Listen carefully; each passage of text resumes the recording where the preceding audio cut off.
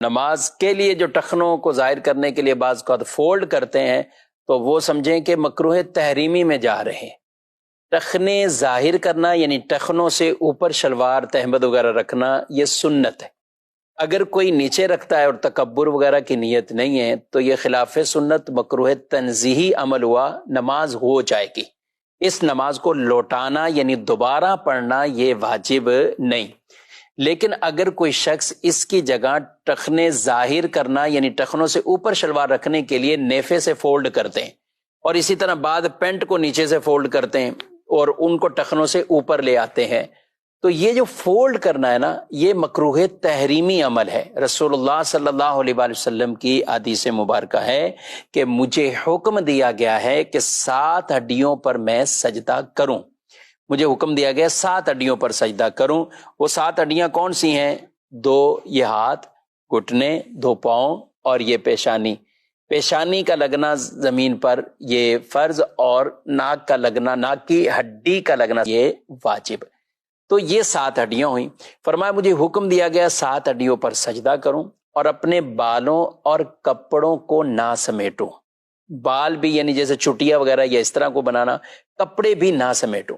تو یہ کپڑے جو فولڈ ہوتے ہیں جن کو شلواروں کو بطور خاص نیفے سے فولڈ کیا جاتا ہے تو یہ ٹھیک عمل نہیں ہے، یہ مکروہ تحریمی ہے۔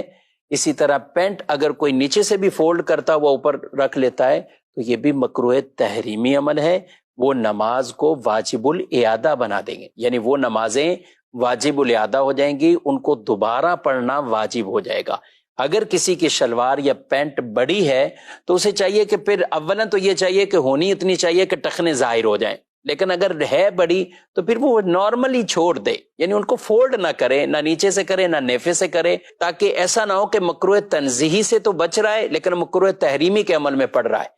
تو یوں اسے خیال اس چیز کا رکھنا ہوگا، اور کوشش یہی کریں ہمارا لباس ہی اتنا ہونا چاہیے کہ جو سنت کے مطابق ہو، اور ٹخنے بغیر فولڈ کے ہی ہماری شلواریں اتنی ہوں، پینٹ پہنے تو وہ اتنی ہو، یا تہمد ہے تو وہ اتنی ہو کہ وہ ٹخنے اس سے ظاہر ہوں، یعنی ٹخنوں سے وہ اوپر ہو۔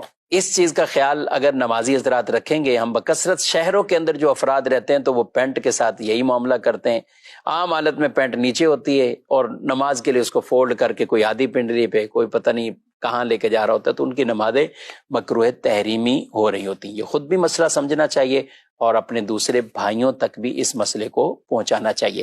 ہاتھ کے بعض اوقات یہ کلائیاں آدمی وضو کر کے آتا ہے، تو اب یہ وضو کیا اور اب یہ وضو کر کے آئے، اب اسی طرح ہی آپ نماز شروع کریں گے کہ تو یہ نماز بھی مکروہ تحریمی ہے، یہ نماز بھی آپ، جی ہاں، یہ نماز آپ کی مکروہ تحریمی، یعنی اس نماز کو بھی دوبارہ پڑھنا یہ واجب ہوگا۔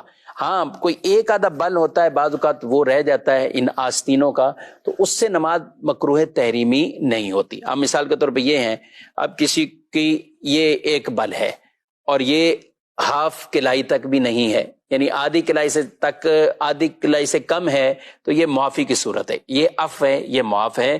لیکن شلوار کے نیفوں کے حوالے سے یہ نہیں کہا جائے گا کہ وہاں ایک بل وہ چھوٹ ہے، پینٹ کے اندر نیچے سے ایک بل کو چھوٹ ہے، ایسا نہیں ہے۔ یہ صرف یہ جو حکم ہے یہ کلائیوں اور ان بازوں کے حوالے سے، کیونکہ عام طور پہ وضو کے بعد کچھ نہ کچھ یہ کپڑا ایسے فولڈ رہ جاتا ہے، لیکن جو نیچے ہی نہیں کرتے اور یہاں تک چڑھا ہوا ہے اور اسی طرح آگے نماز شروع کر دی تو ان کی نماز بہرحال مکروہ تحریمی واجب الاحدہ ہو رہی ہوتی ہے۔